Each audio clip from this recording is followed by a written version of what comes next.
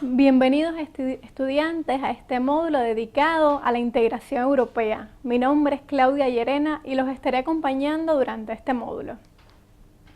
Los orígenes de la integración europea los podemos encontrar desde el Imperio Romano y posteriormente con el afán expansionista de Carlomagno.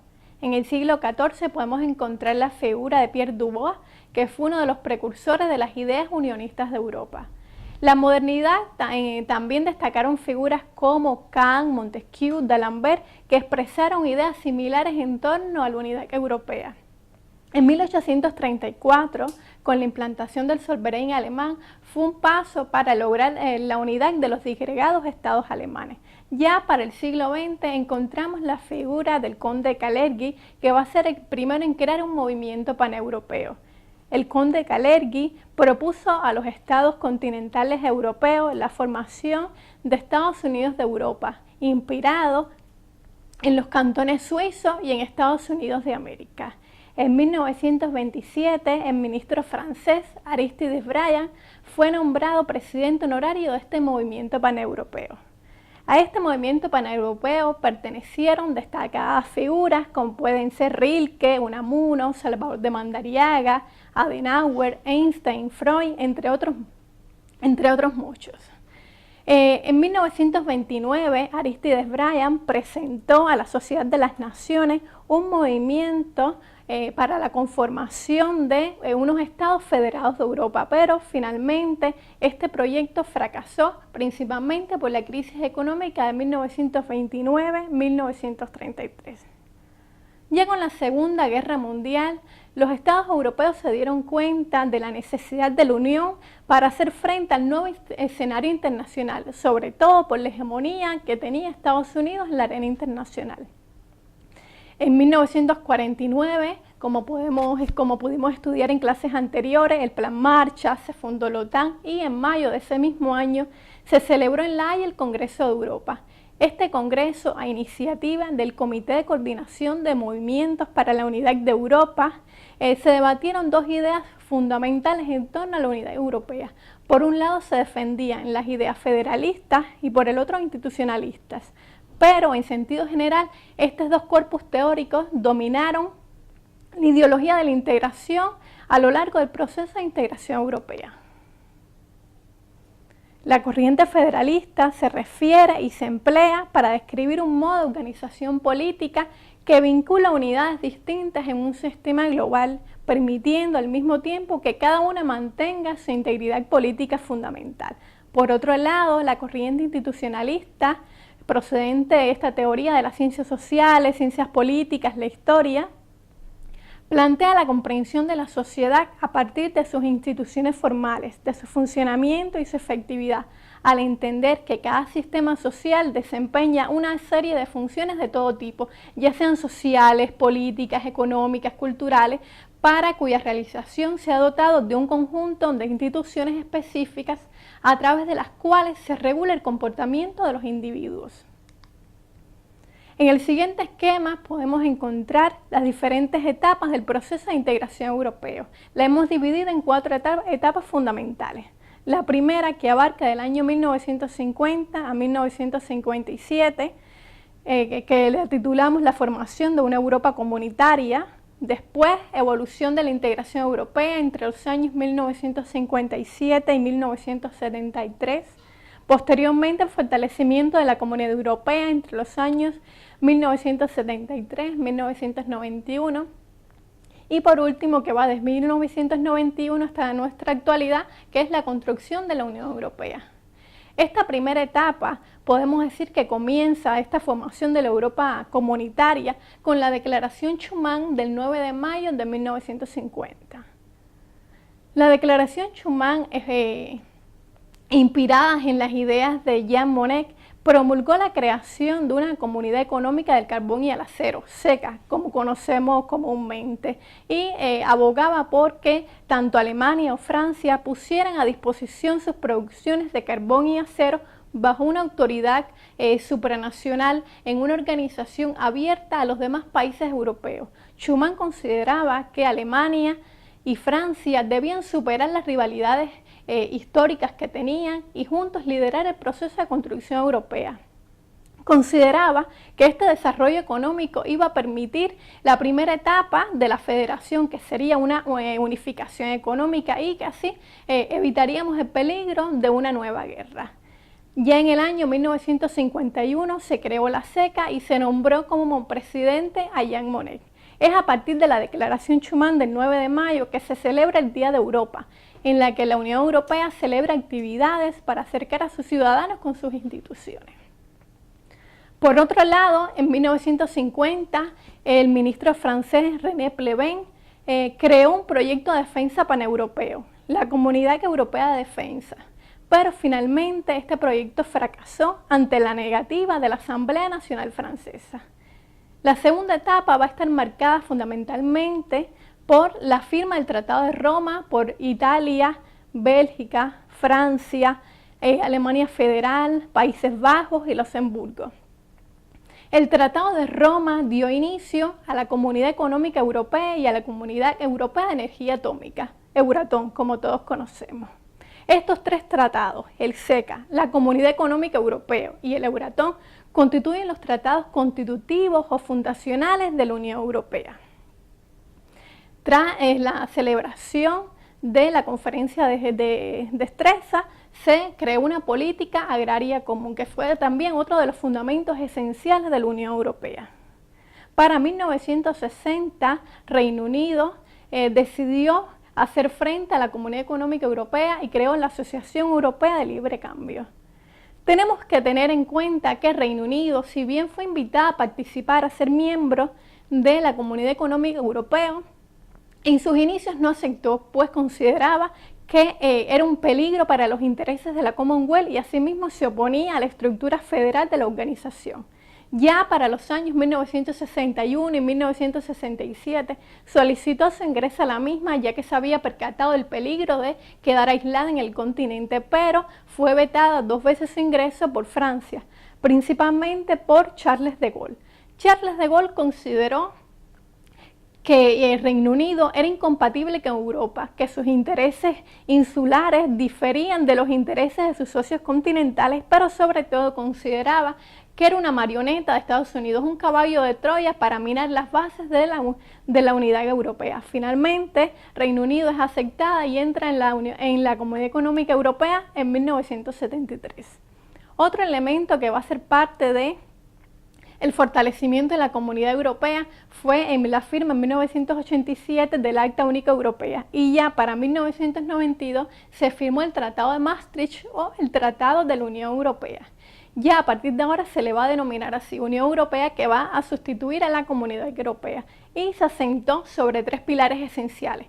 Por un lado, Comunidad Europea; por el otro, política exterior y de seguridad común; y cooperación policial y judicial.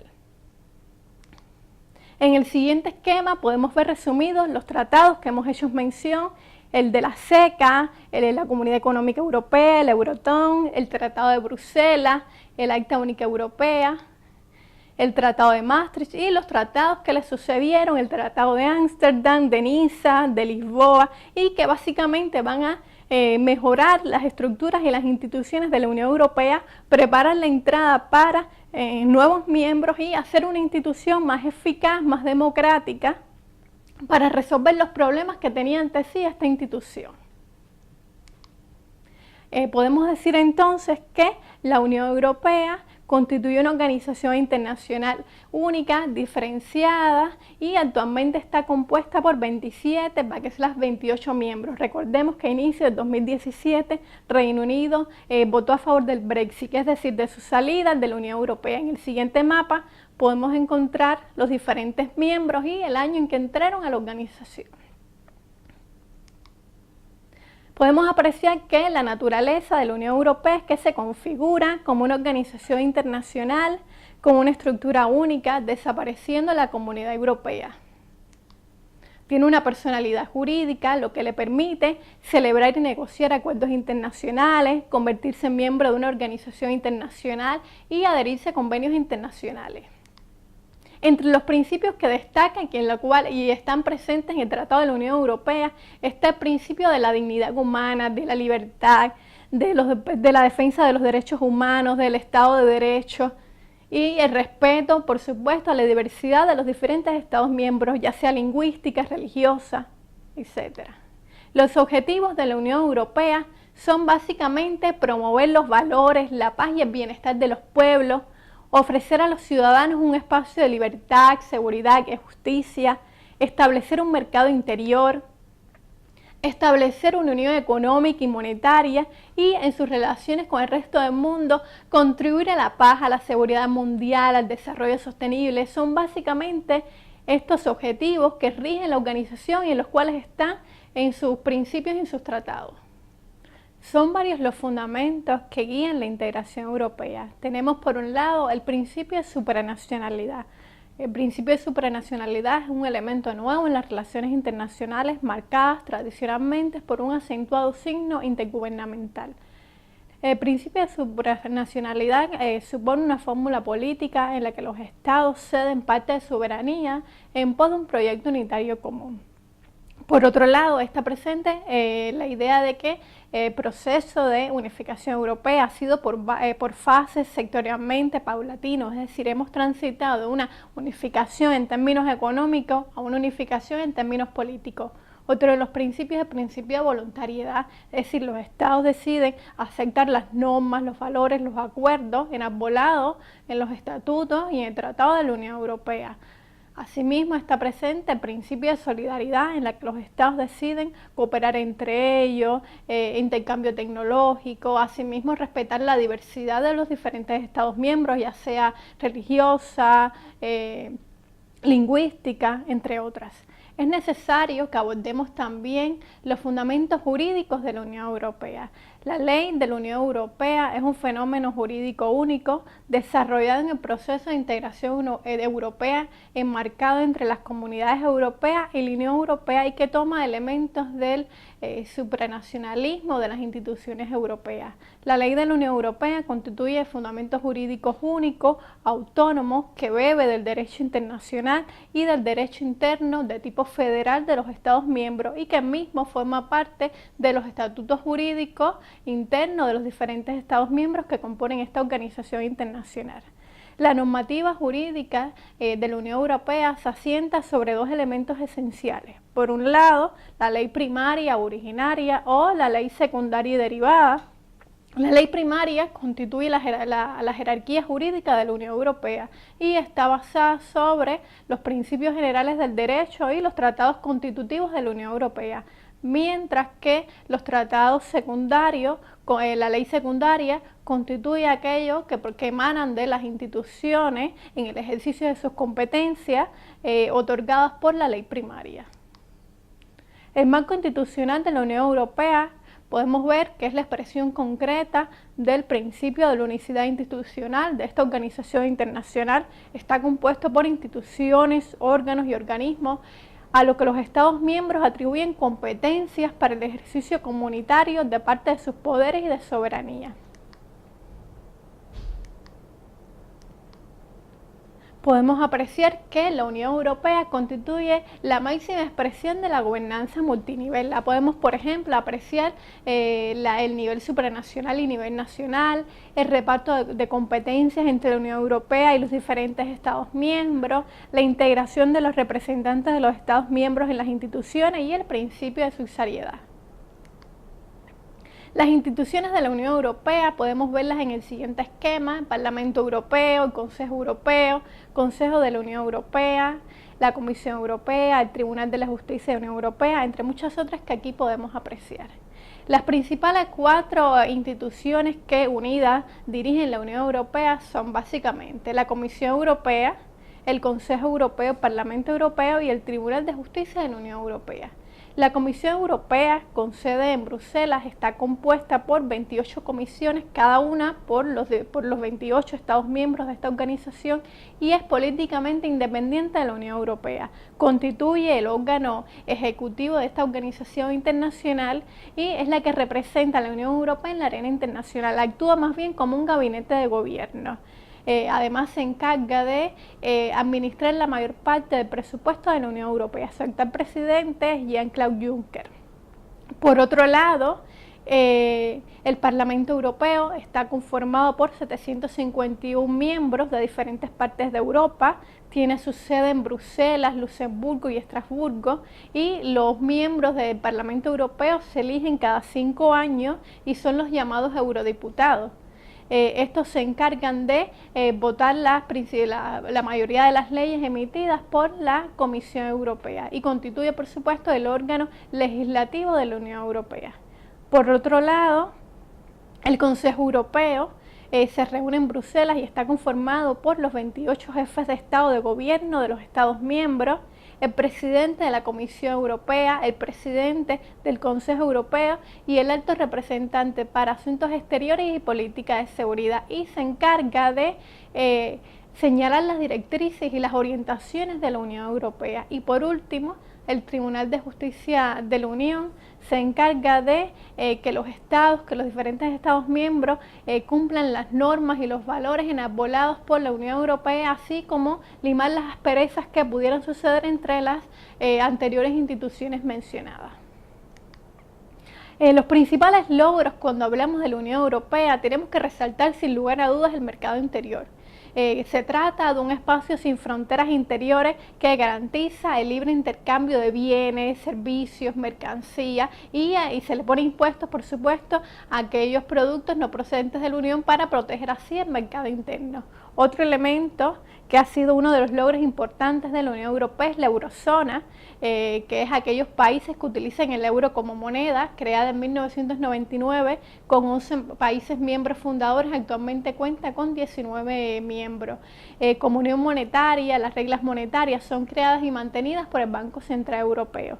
Otro de los logros principales es el establecimiento de la zona Schengen, que se eliminan las fronteras interiores, la necesidad de visado, y no es necesario realizar formalidades complementarias. Debemos aclarar que el espacio Schengen y la zona de la Unión Europea no coincide. Por ejemplo, podemos ver en el siguiente mapa algunos países miembros de la Unión Europea pero que no son parte del estado Schengen, como pudiera ser Reino Unido, Irlanda, Rumanía, Bulgaria, esencialmente. Podemos ver que la política exterior de la Unión Europea está sentada básicamente en el artículo 5 del Tratado de la Unión Europea. Ahí se manifiestan las directrices y principios comunes en los que los estados unánimemente deciden aceptar estos principios para actuar en común. La acción de la Unión en la escena internacional se basará en los principios que ha inspirado su creación, desarrollo y ampliación. Recordemos los principios que mencionamos anteriormente: la defensa de los derechos humanos, de la paz, de la seguridad mundial, del Estado de Derecho, la dignidad humana. Son básicamente los principios que rigen la acción exterior de la integración europea. Recordemos además que la Unión Europea constituye un actor fundamental en el escenario internacional y su propia naturaleza jurídica le permite, como ya vimos anteriormente, celebrar tratados, convenios con terceros, con otros estados. Y podemos aclarar, ¿no?, lo que hemos estado diciendo, ¿no? Podemos resumir que los principales símbolos de la Unión Europea son su himno. Recordemos que pertenece a la 9ª Sinfonía de Beethoven, que a su vez se inspiró en la Oda a la Alegría de Schiller. El lema de la Unión Europea es unida en la diversidad, el euro como moneda, el Día de Europa el 9 de mayo, conmemorando la Declaración Schuman, y la bandera de la Unión Europea, 2 estrellas amarillas formando un círculo con un fondo azul, que significan los principios de armonía, unidad, y el número de estrellas para nada tiene que ver con el número de estados miembros.